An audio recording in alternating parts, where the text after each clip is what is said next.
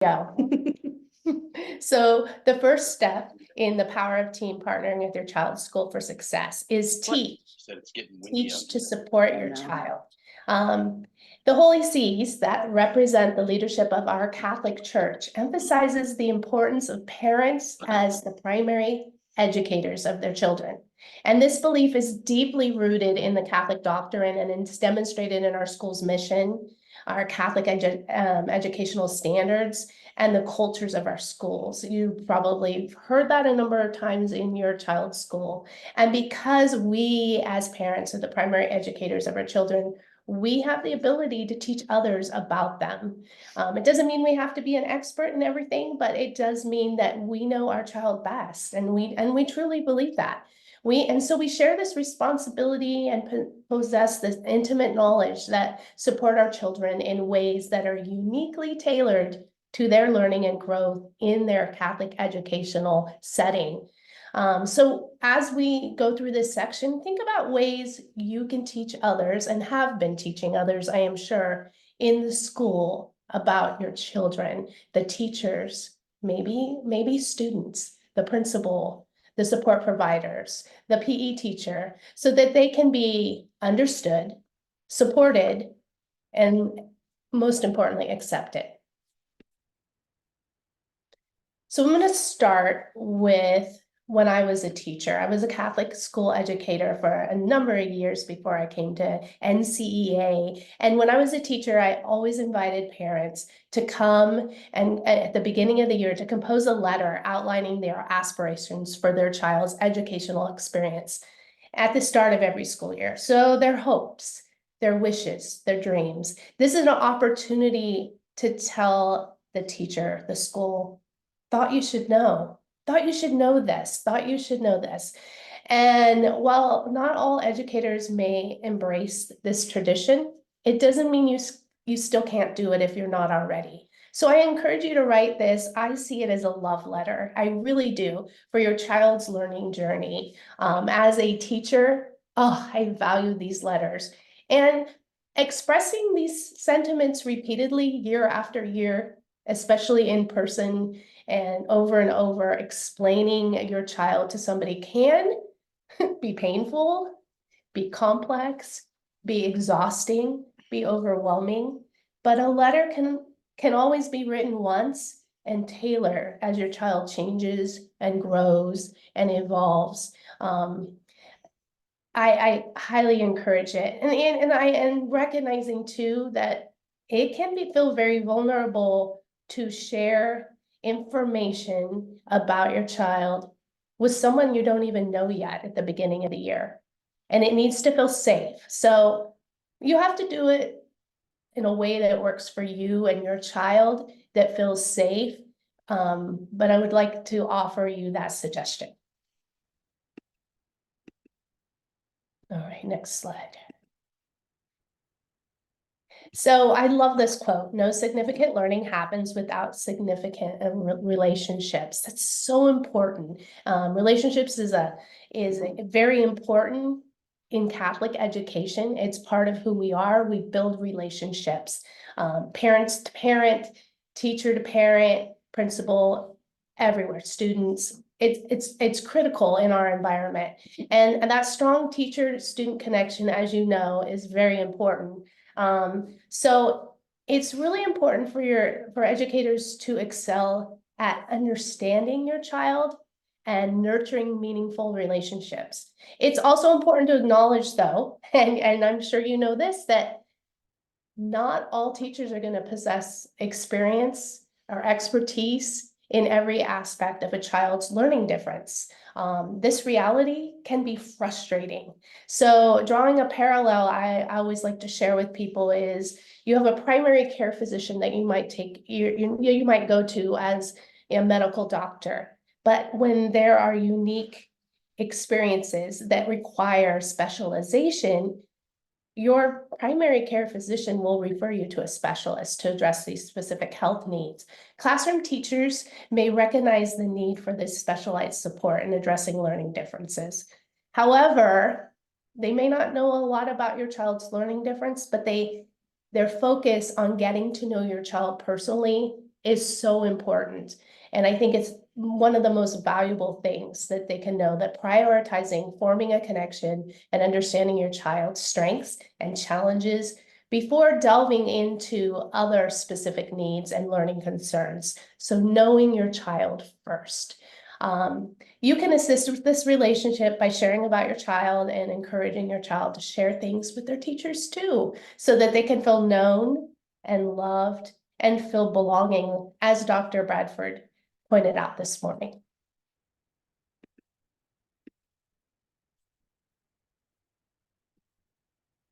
So sharing tools that work is part of teaching about your child. So you have that toolbox that maybe works at home, recognizing maybe it's not going to work the same at school. But this sharing tools that work with your child, I think, is crucial. Considering factors like organization. Do they need planners? Do they need digital calendars? Do you need to step in this area? Do you need communication? Learning aids, things that they use to help them write, things that they use to sit. Seating preferences, regular check-ins. What will those look like? What has worked in the past? And ways to communicate. Now, remember, and this is the part that gets tiring, I think, for parents, is as teachers change year to year and students evolve and grow, strategies that work one year may not work the next. So we always think of them as suggestions and recommendations, but then we have to adjust to a new environment, a new year, a new teacher. So considering regular check-ins, ongoing communication to adjust as needed. And you know, looking at a good time to share this with the parents is important too. So you want to be flexible with that. So one way in my experience of working with parents in the classroom was parents helping provide supports and providing professional learning for the school. And that doesn't mean going in and necessarily teaching a workshop, but sharing the resources that you might have with the educators that are in your child's life. An example of this is when I was teaching second grade at a Catholic school, I did have a student who was on the diagnosed with autism, and he had been working with a behavioral therapist for many years. And when we were experiencing certain behaviors within the classroom, speaking with the parents, they actually were able to put me in contact with the behavioral therapist. And the behavioral therapist was able to push in once a month, just for 30 minutes during the most difficult times of the child's day, do some observation, and then work with the child after school on coping mechanisms that the child could have, and also have really strategic conversations with me as the teacher in ways to help support the child as an individual. This training really followed that child all the way through 8th grade. So once we had started this push-in process, that behavioral therapist was willing to work with the school, provide professional development, and continue working with the teachers at the different grade levels as that child progressed. It's not something that can happen at every grade level. It can't happen in every classroom, but when you have the resources and the resources are able to be shared, we really encourage and really appreciate that support. We're not experts in any piece of the field, and we want to do what's best for your child and for the kids in our classrooms, but sometimes we do need those extra supports. Another example of this is when a student was recently diagnosed with diabetes. The parent set up a quick professional development day for the teachers that worked with her child and walked through the warning signs, just like a first aid class, walked through the warning signs of what it would look like for a sugar crash for this student, and what to do, and where her backpack was with her extra snacks. And teachers just went through the training, learned about the diagnosis and how it can impact her and her day-to-day. And that school was then set for any other student who had had diabetes moving forward. It was really a great situation. And yes, every case is different, but at least there was a knowledge base that we were able to work from. So the next part of our team is examine, to monitor for success. One note is that Catholic schools are rooted in the conviction of human beings having transcendent destiny, and that education of the whole person is a must. Therefore, we should monitor all areas, not just about the goal of getting good grades or the goal of learning a new subject. We want to focus on all aspects of the child. So this is a graph from Boston College. It's a framework of the whole child. So as you can see, there are different areas that make up that whole child: cognitive, social, emotional, physical, and spiritual. When I look at this, I like to think of it as you helping your toddler with a scraped knee. You're not just going to put a Band-Aid on it and walk away, because that's not going to help the whole child. You're going to give the love and the hug and the attention that's needed to help the child cope with their emotions and their pain. You're going to treat the physical. You're going to clean out the cut. You're going to put that Band-Aid on it, probably going to be some sort of cartoon character to make the child feel special. And then you're going to talk about it. You're going to talk about what happened, and maybe if there was something the child could have done differently next time so that it doesn't happen again. So you're going to reach these different points of the whole child, and you want to keep that in mind as you're moving forward through school. So as we continue with the E in team for examine, I'm going to read this to you. It's a little blurry. It says, for fair selection, everybody has to take the same exam. Please climb that tree. And then we have all different sorts of animals there that are supposed to climb a tree. I love this visual because I think it's really important to recognize that one size does not fit all. It just doesn't. And so when we talk about fairness, it doesn't mean that we're going to treat everyone the same. It means giving each child what they need to succeed. And this is something, as a former principal, I used to speak with my teachers about all the time. We know that God desires to be there and to give each child what they need. And so we shouldn't fixate so much on uniformity. As parents, you can assist with this understanding. I know you know it better than most. Children can comprehend it too at a young age. At a very young age, we can explain to children that we all need different things to be successful. We all need different tools. Even we all have different strengths and weaknesses. And so this can apply to everybody in the classroom. And so we should meet individuals where they are and strive to facilitate their growth and development. And it's going to look personalized and different for everyone. And children can understand this if they can understand love. When we discuss fair, again, it's not about giving each student the same thing. And you might have students that say, how come she has this and I don't? And the teacher simply can say, do you need that? And the child might go, well, I don't know if I need that. And you give children opportunities to try different tools, different seating arrangements, different writing instruments. They very often find out, oh, I don't need this. This doesn't help me. Oh, okay. It just pretty much, in my mind, standardizes having unique needs to reach out goals. So a bouncy seat, special writing tools, things like that. Some students require to speak more in class to get out their thoughts, to process. So teachers that understand this can develop these uniquenesses in the class and give children what they need, and it works. Instead of striving to pretend everyone needs the same thing, standardizing uniqueness is important. And again, you can help sometimes teachers understand this as well. So I like to talk about goals.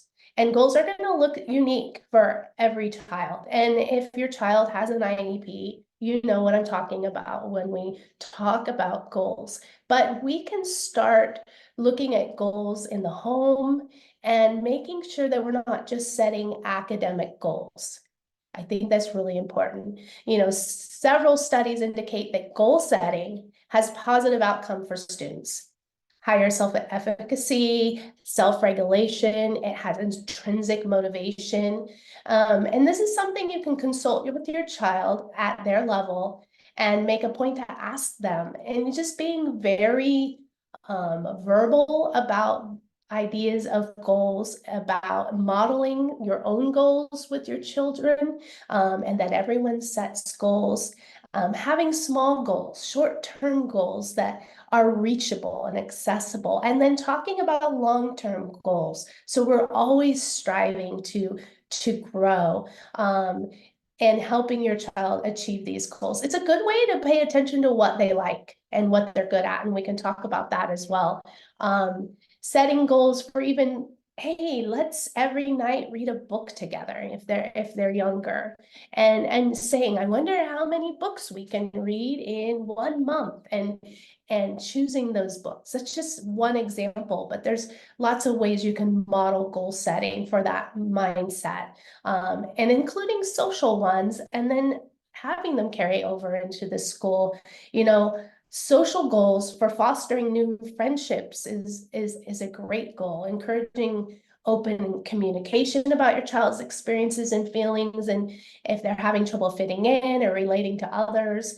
And that can be hard in our Catholic school settings. We're small.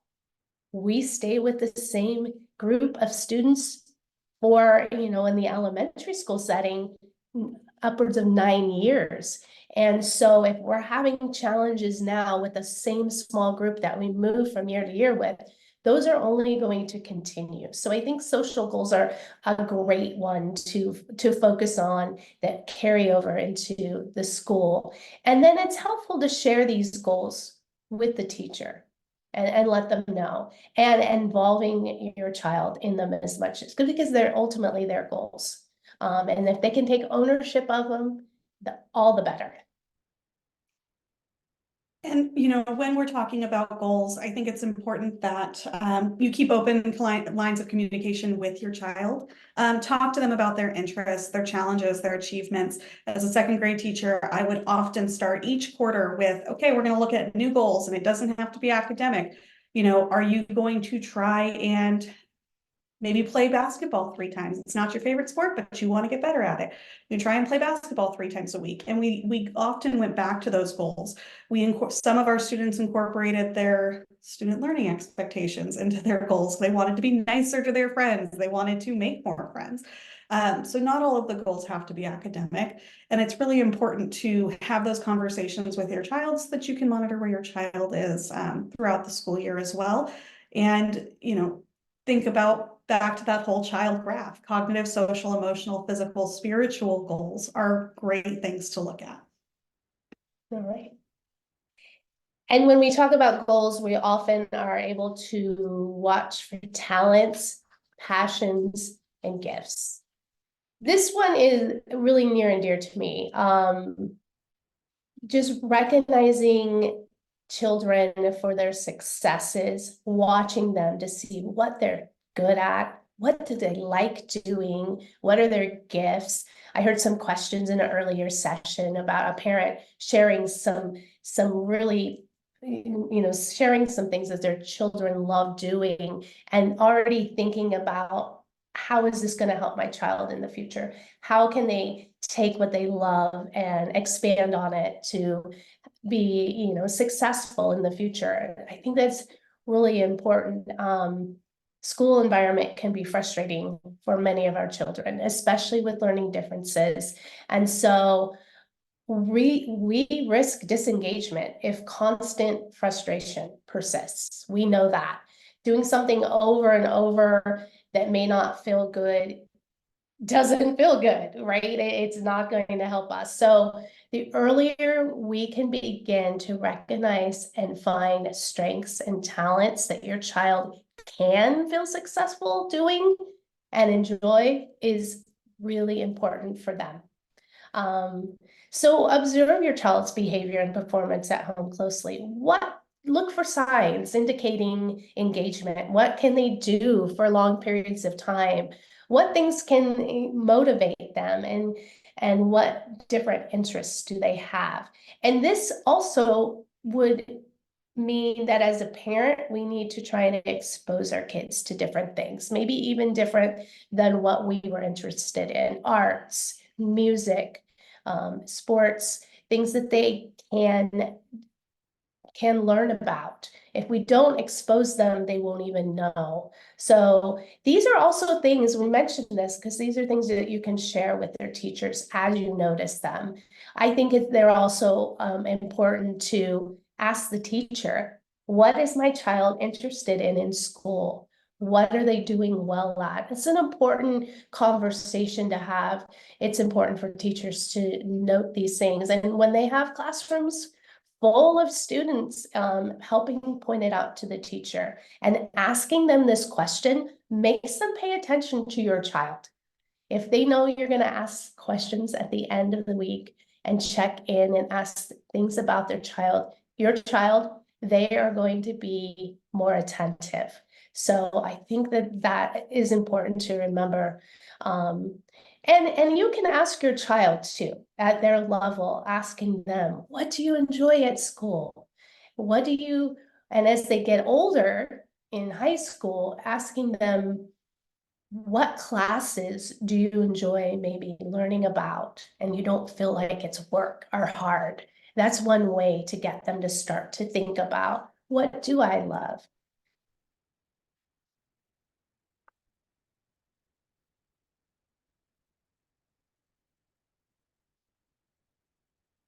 So one of the things that we always like to talk about as in our classrooms is that growth mindset, really making sure that you're constantly achieving, but in many different areas, and also recognizing those little successes.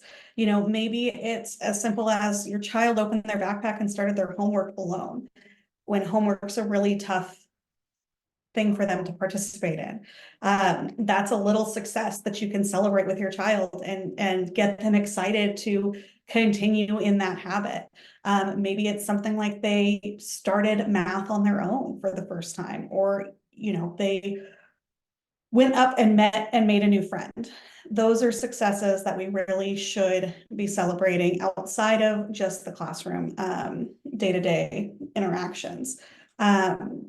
You also want to recognize some of the challenges that might be coming up, because those are things that you can speak to your teachers about to get suggestions, speak to your support systems to get suggestions on how to take steps towards growth and how to have that be a positive experience for you and your child. So the next section is about advocating for your child with your school. Sometimes this requires being proactive in addressing challenges and seeking support. I've had parents who would go weeks and weeks having arguments with their kids over, over homework struggles. And it would take until parent-teacher conferences for them to tell me, we're sitting down and doing 3 hours worth of homework every night. And I said, we're in, kindergarten. You really should only be doing 15 minutes and then reading with your child if we're doing any homework at all. So really be sure to advocate and start those conversations early. You don't have to wait for those parent-teacher conferences. You can start earlier in the year and to make sure that the year is going to start on a good note for you guys. All right, continuing with the A in team for advocate.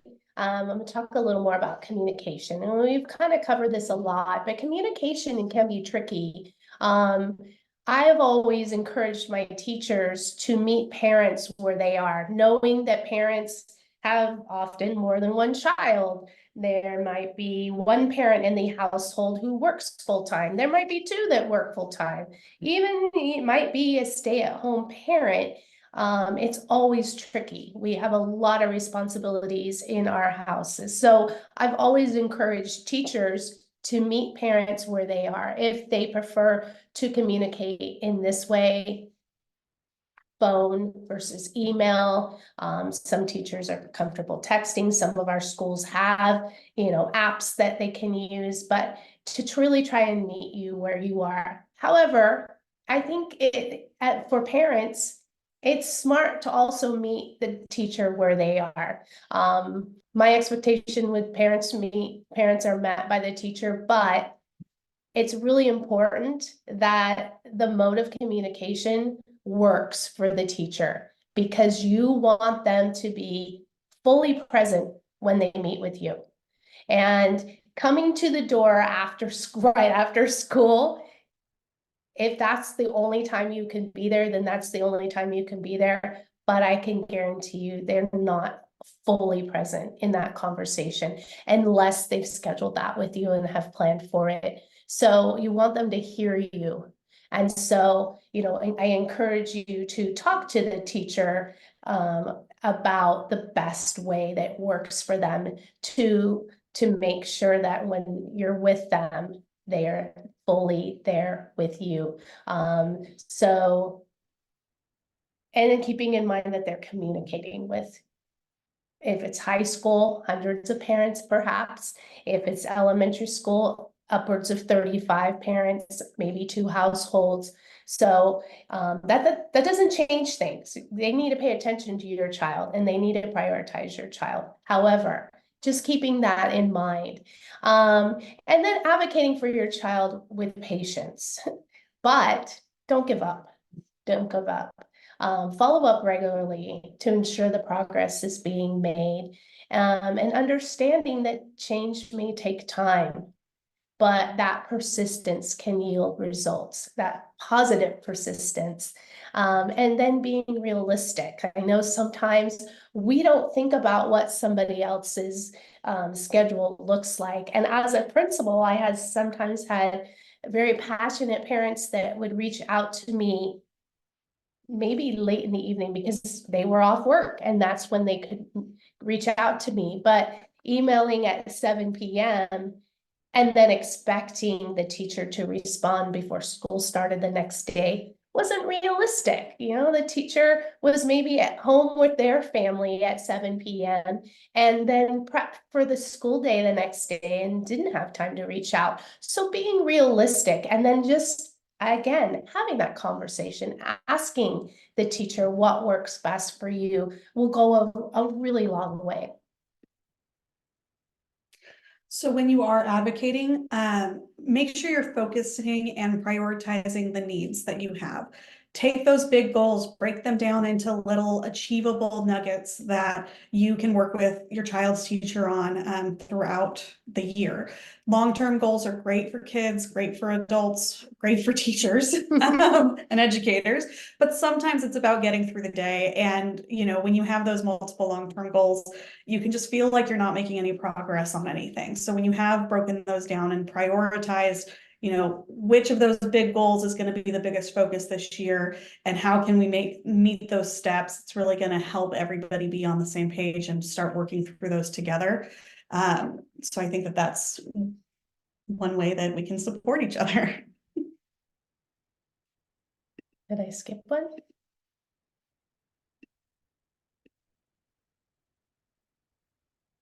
All right.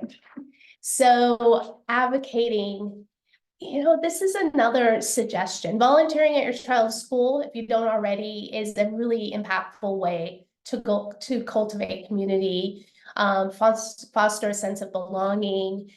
Meeting your child's friends, their other parents, can really be helpful. I also urge those of you that have the opportunity and the ability to consider other opportunities, such as parent association. And if your school has a board leadership, it is essential to have diverse representation in parent leadership at your child's school.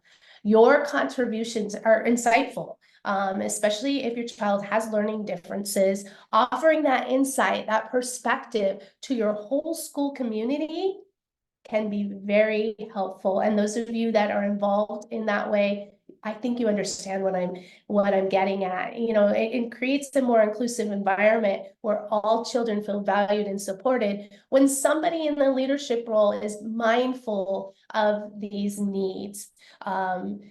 Your perspective is it goes a long, long way when it comes to inclusion. It strengthens the community and ensures all voices and children are represented at the leadership level. And it will help ensure that your child's needs are addressed too. So your commitment and representation will help uphold the dignity of every child and help create a school culture that is more aware, more has a sense of belonging academically, socially, emotionally. Where's the mouse?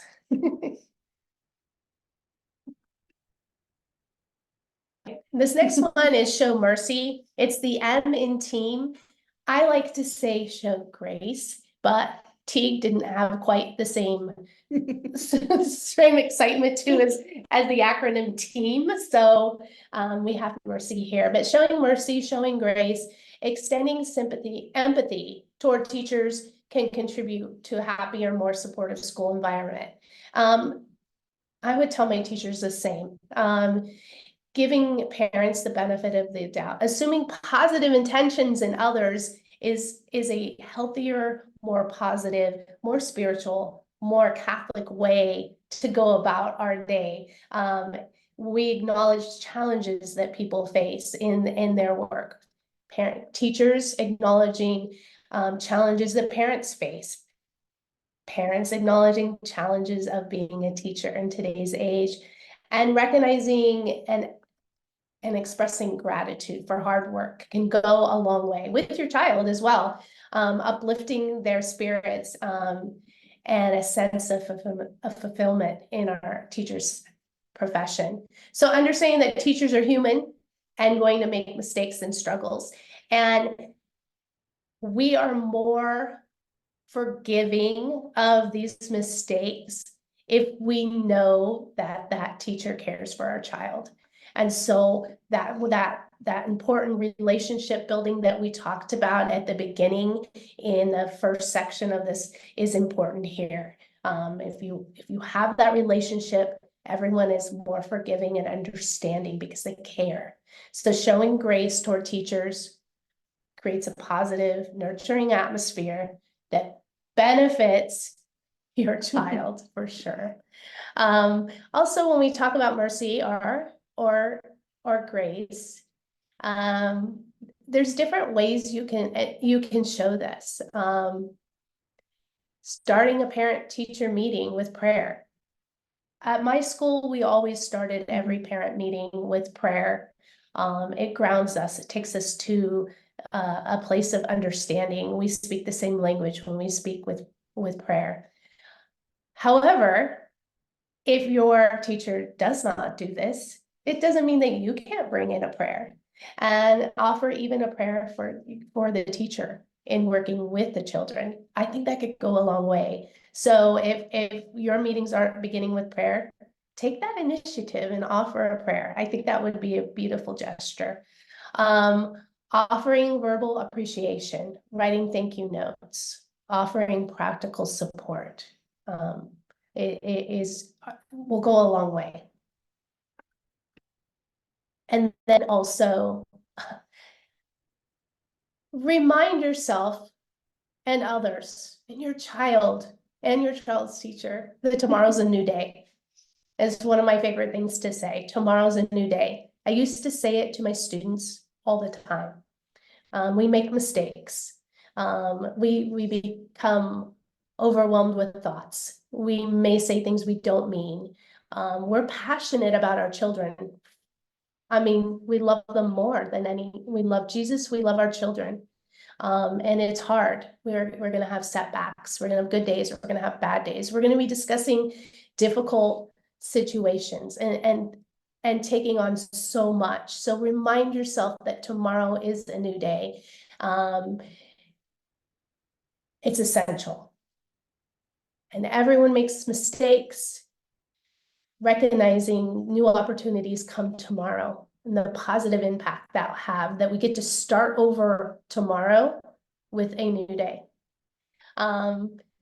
Approaching it with a fresh perspective and renewed determination. Allow yourself that. Sometimes it's hard to do that, but with prayer and patience and love, I truly believe it can make every situation less hurtful and less overwhelming. So self-compassion, letting go of any guilt or self-criticism, and facing each day with resilience, embracing grace, and the promise of a new day is really important.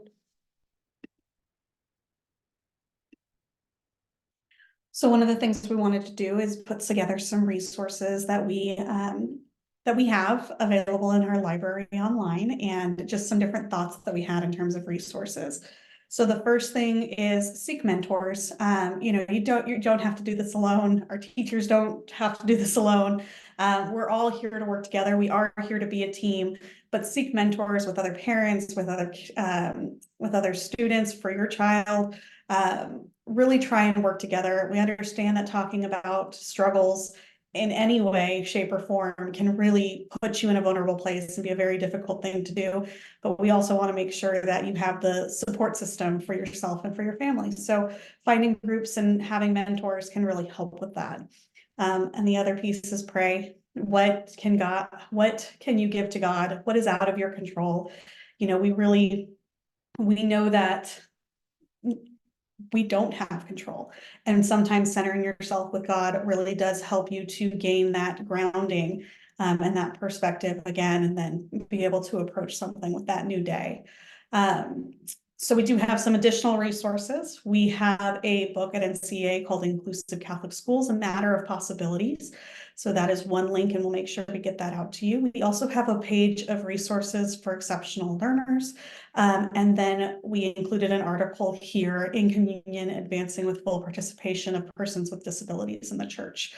So 3 great resources that we'd love to share with you.